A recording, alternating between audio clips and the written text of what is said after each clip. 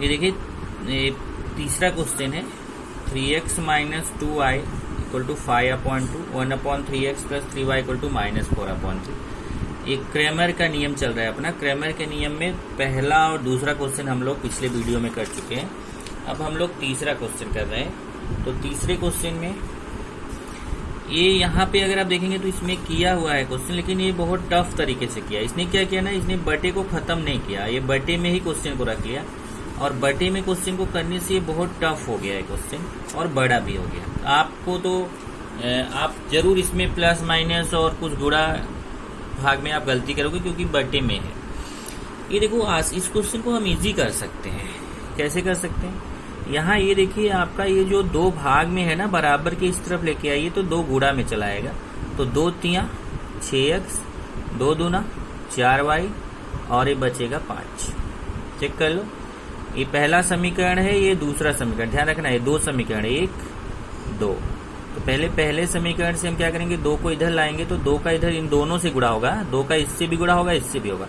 तो 2 तियां 6x, 2 दूना 4y, और ये बचेगा 5, क्योंकि ये 2 उधर चला गया ना, तो ये 5 ही बचेगा इधर। इसमें क्या करो, इन तीनों पदों में 3 से गुणा करो। 3 से क्यों करेंगे? क्योंकि बटे में 3 है, बटे में 3 को खत्म करना है, तो जिसको खत्म करना है उसी से गुणा करना है। जैसे बटे में 3 है तो 3 का ही अगर हम गुणा कर दें, क्योंकि 3 भाग में है, अगर हम 3 का गुणा कर दें तो बटा खत्म हो जाएगा। तो 3 का गुणा यहाँ करो, 3 का गुणा यहाँ करो, 3 का गुणा यहाँ करो। यहाँ देखो, 3 का गुणा करोगे आप तो ये 3 कट जाएगा, क्योंकि गुणे 3 करोगे तो 3 कट जाएगा, 1x बचेगा। 1x मतलब x। यहाँ 3 का गुणा करोगे, 3 तियां 9y, और यहाँ 3 का गुणा करोगे तो 3 कट जाएगा, ऋण 4। इस तरीके से आप देख रहे हैं, ये समीकरण आपका सरल हो गया। ऐसे क्या, ये बटे में समीकरण आपको हल करने में कठिन रहेगा। अब इसको आप आसानी से कर सकते हो। डी का क्या होता है? डी बराबर a1 a2 b1 b2। ये देखिए, a1 a2 का मान क्या है? यहाँ x का गुणांक 6 है, यहाँ x का गुणांक 1 है, 6 1 a1 a2 है, और b1 b2 कितना है? -4 9। फिर आप तिर्यक गुणा करते हो, 6 का 9 से गुणा, माइनस, ये देखिए बीच में माइनस आएगा, और ऋण 4 का 1 से, ऋण 4 का 1 से, 6 9 54, और ऋण का गुणा धन, 4 1 के 4, 54 4 58 हो जाएगा। फिर dx पे आएंगे। dx क्या होता है? c1 c2 b1 b2। ये देखिए, c1 c2 का मान कितना है? 5 - 4, और b1 b2 का -4 9। फिर तिर्यक गुणा, बीच में माइनस, 5 गुणे 9, बीच में माइनस, ऋण 4 गुणे ऋण 4, 5 9 45, ये माइनस माइनस का गुणा, प्लस 4 चौक 16। अब ये प्लस मत करना, ये माइनस अपने आप लगा रहेगा, केवल ये माइनस का गुणा प्लस हो गया, 4 चौक 16, 45 में से 16 गया 29। फिर निकालेंगे dy। dy का क्या सूत्र होता है? a1 a2 c1 c2। अब a1 a2 का मान देखो, यहाँ से a1 a2 का मान कितना है? 6 1, c1 c2 का 5 - 4। तो यहाँ पे देखिए, a1 a2 का 6 1, ये 6 और 1, और इसका c1 c2 का 5 - 4। तिर्यक गुणा करेंगे, 6 का गुणा ऋण 4 से, फिर माइनस, 5 का गुणा 1 से, तो प्लस माइनस का गुणा माइनस, 6 चौक 24, और इधर 5 1 के 5, माइनस माइनस जोड़ा जाता है, बड़ी संख्या का चिन्ह, 24 5 29, बड़ी संख्या के सामने माइनस। अब हमें देखो, तीनों मान आ गया। हमें d का मान भी आ गया 58, और dx का मान आ गया 29, और dy का मान आ गया -29। तब हम निकाल सकते हैं क्या? x का मान। x का मान क्या होता है? dx/d, और y का क्या सूत्र होता है? dy/d। अब dx का मान कितना है? 29, और d का कितना है? 58। इधर देखो, dx का 29, d का 58। तो मान रख दिया, dx का 29, d का 58। इसको काटेंगे, देखो 29 1 के 29, 29 दूना 58 होता है, 1/2 आएगा। और y इक्वल टू dy/d, तो dy का मान इधर से निकाला हमने, देखो -29, और d का 58 है। फिर इसको भी काटेंगे, पहले तो ये माइनस, 29 1 के 29, 29 दूना 58। x का मान 1/2 आ गया, y का -1/2 आ गया। ये देखिए, जो यहाँ इतने छोटे में आया हुआ है, आप देख रहे हैं कितना है? ये देखिए, इतना पार्ट है, इतना है, इतना और इतना। इतने छोटे में देखो आ गया यहाँ पे आंसर, ये इतने बड़े में आया है। देखिए, यहाँ से चालू किया है, ये देखिए इतना पूरा पार्ट, ये देखिए इतना लेते हुए, ये सब इधर का भी आगे का है, ये सब करते हुए तब जाकर के इनका हल आया है। तो इतना बड़ा करने की क्या जरूरत है? बराबर, अगर हम इसको यहीं से छोटा कर सकते हैं, सिंपल भी कर सकते हैं। बटा नहीं आया तो आपको गलती भी कम होगी, नहीं तो यहाँ बटा रहेगा तो आपकी गलती का चांस ज़्यादा रहेगा। तो इस तरीके से मैं आपको यही बोलूँगा, मैं आपको हल भेजूंगा तो मैं ये वाला हल आपको नहीं भेजने वाला हूँ। मैं आपको ये बटा वाला हल नहीं भेजूंगा, ये मैं आपको यही जो मैंने करा है यही वाला हल मैं आपको भेजूंगा। चलिए चौथा क्वेश्चन देखते हैं। 7x + 3y = 15, 12y - 5x = 39। इस प्रश्न को अगर आप देखेंगे तो इसमें भी ज्यादा कुछ प्रॉब्लम नहीं, केवल एक प्रॉब्लम है। देखिए, जब आप समीकरण लिखते हो तो समीकरण सिस्टमेटिक लिखना चाहिए। जैसे देखो इन्होंने लिखा है कि ax + by = c के रूप में लिखना चाहिए, मतलब पहले x वाला पद होना चाहिए, फिर y वाला, फिर बराबर के बाद संख्या। यहाँ देखिए पहले x वाला पद है, फिर y वाला, फिर बराबर के बाद संख्या। ये तो हमारा समीकरण सही है, लेकिन जो दूसरा समीकरण है वो थोड़ा गलत है। देखिए इसमें पहले y पद आ गया, फिर x, इसलिए पहले हम x वाला पद लिखेंगे। तो पहले -5x पहले लिखेंगे और +12y बाद में। ध्यान रखना, आप ये मत सोचना कि ये तो इधर आया है तो इसका चिन्ह बदल जाएगा, नहीं। ये बराबर के बाईं तरफ थे, अब भी ये बराबर के बाईं तरफ ही है। देखिए दोनों बराबर के बाईं तरफ थे, अब भी ये बराबर के बाईं तरफ ही है। केवल फर्क ये हुआ है इन्होंने अपना प्लेस बदला है, केवल बराबर की लाइन को क्रॉस नहीं किया है, तो अपने चिन्ह के साथ रहेंगे। तो ये -5x अपने चिन्ह के साथ रहेगा, यहाँ 12 के सामने प्लस है, +12y = 39। तो ये क्या हो गया, अभी सिस्टमेटिक हो गया ना, पहले x वाला पद फिर y वाला पद। अब आगे मुझे बताने की जरूरत नहीं है। देखिए a1 का मान 7, a1 का मान 7, b1 का 3, c1 का 15, a2 का -5, b2 का 12, c2 का 39। तब आप पहले निकालेंगे d, तो d का वही सूत्र है a1 a2 b1 b2, a1 a2 7 ऋण 5, b1 b2 3 और 12, फिर वही तिर्यक गुणा 7 × 12 ऋण 3 × ऋण 5। ये देखिए पहले 12 × 7 = 84 होगा, और ये माइनस का गुणा प्लस 5 × 15 84 और 15 99। ऐसे dx निकालेंगे c1 c2 b1 b2। अब c1 c2 का मान कितना है 15 39, c1 c2 की जगह 15 39। b1 b2 का मान कितना है 3 12। अब यहाँ पे भी तिर्यक गुणा करेंगे, 15 का 12 से गुणा, फिर बीच में माइनस 3 का 39। ये गुणा करेंगे 180 आएगा, ये गुणा करेंगे 117, घटाएंगे तो 63। फिर dy निकालेंगे a1 a2 c1 c2। a1 a2 का मान 7 ऋण 5, c1 c2 का 15 39। ये देखिए 7 ऋण 5 15 39। यहाँ पे भी तिर्यक गुणा 7 का 39 से गुणा, -15 का ऋण 5 से गुणा करेंगे 273। यहाँ माइनस का गुणा प्लस 15 × 5 = 75, जोड़ लेंगे 348।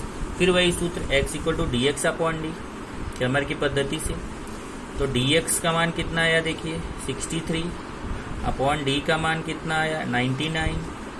तो 63/99 इसको काटेंगे, इसको 9 से काटेंगे, 9 × 7 = 63, और इसको 9 से काटेंगे तो 11 आएगा। फिर y = dy/d, dy का मान 348 है, 348 रखा, और d का मान देखिए 99 है, d का मान 99। फिर इसको भी काटेंगे, पता है इसको 3 से काटा गया, 3 से इसको काटेंगे 116 आएगा, 3 से इसको काटेंगे 33 आएगा, इसके आगे नहीं कटने वाला है। इस तरीके से हल हो गया 7/11 116/33। पांचवा क्वेश्चन देखते हैं। पांचवा क्वेश्चन थोड़ा अलग है। पांचवें क्वेश्चन में अगर आप देखेंगे तो ये यहाँ पे एक अलग टाइप का समीकरण दिया गया है। ऐसे देखिए 3 समीकरण दिए गए, 1 2 3, ऐसे 3 बटे में आपको दिए गए हैं। x + y - 8/2 बराबर x + 2y - 14/3 = 3x - y/4, और फिर बोला है इसको हल करो। तो यहाँ पे देखिए तो समीकरण बना नहीं है, पहले हमें समीकरण को बनाना पड़ेगा। तो समीकरण बनाने के लिए क्या है कि 2 को साथ लेना है। जैसे पहले हम क्या करेंगे, इन दोनों को साथ में ले लेंगे, इन दोनों को साथ में लेके तिर्यक गुणा करेंगे तो एक समीकरण हमें प्राप्त होगा। और फिर दूसरी बार हम क्या करेंगे कि इन दोनों को साथ में ले सकते हैं, या फिर इन दोनों को साथ में ले सकते हैं, आपके ऊपर है। पर कोई 2 ही ग्रुप लेना है। यहाँ 3 ग्रुप बन रहा है ना, पहला दूसरा, दूसरा तीसरा, पहला तीसरा। तो आप इन 3 ग्रुप में कोई भी 2 ग्रुप ले लीजिए और 2 समीकरण बना लीजिए, उससे कोई फर्क नहीं है, आप कोई भी 2 ग्रुप ले सकते हैं। तो जैसे इन्होंने कौन कौन सा लिया देखते हैं। दिए गए समीकरण के 2, देखिए लिखा है, दिए गए समीकरण के 2 अलग अलग समीकरण प्राप्त करने पर। तो जैसे देखिए इन्होंने पहले पहला वाला लिया है और फिर दूसरा वाला लिया, तो पहला दूसरा, तो एक्स प्लस वाई माइनस 8/2 तो एक्स प्लस 2y माइनस 14/3। ये पहला दूसरा लिया, अभी तीसरे को छोड़ के रखा है। तिर्यक गुणा करेंगे 3 का गुणा इसके साथ, 2 का इसके साथ, इधर 3 का गुणा करेंगे तो 3x धन 3y। इधर देखिए इसको लिखा ना समीकरण 1 को सरल रूप देने पर, तो सरल इस यहाँ पे क्या किया पता है इसने, यहाँ पे उस पार्ट को जो आपने बोला, जो हमने बोला ना वही यहाँ पे किया है इसने, पहले ही लिख दिया। ये देखिए कौन कौन सा लिया है, एक तो पहला दूसरा लिया ना, x plus y minus 8/2 x plus 2y minus 14/3, ये समीकरण 1 बोल दिया इसको। और एक इसने पहला और तीसरा लिया है, जैसे मैं बोला दूसरा और तीसरा भी ले सकते हैं, लेकिन इसने कौन सा लिया है, पहला और तीसरा, x plus y minus 8/2 3x minus y/4।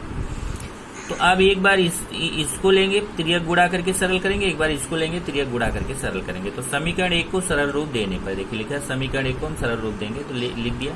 यहाँ तिर्यक गुणा करेंगे, ये लिखे वज्र गुणन लिखा है, वज्र गुणन मतलब तिर्यक गुणा। तो कोई क्वेश्चन मत पूछना, नहीं तो आप क्या यही पूछो सर वज्र गुणन का मतलब क्या है, तो वज्र गुणन का मतलब होता है तिर्यक गुणा, ये ध्यान रखो। वज्र गुणन का मतलब क्या होता है, तिर्यक गुणा। तो यहाँ 3 का इसके साथ गुणा, 2 का इसके साथ, तो 3 का इसके साथ करेंगे तो देखिए 3 इसके साथ आ गया और 2 इसके साथ। अब 3 का अंदर गुणा करो, 3x 3y 3 8 24, यहाँ 2x 2 दूना 4y 14 दूना 28। फिर ये 3x है, ये प्लस 2x इधर आके माइनस 2x होगा, ये 3y है, ये प्लस 4y इधर आके माइनस 4y होगा, ये माइनस 28 पहले से, माइनस 24 इधर आके प्लस 24 हो जाएगा।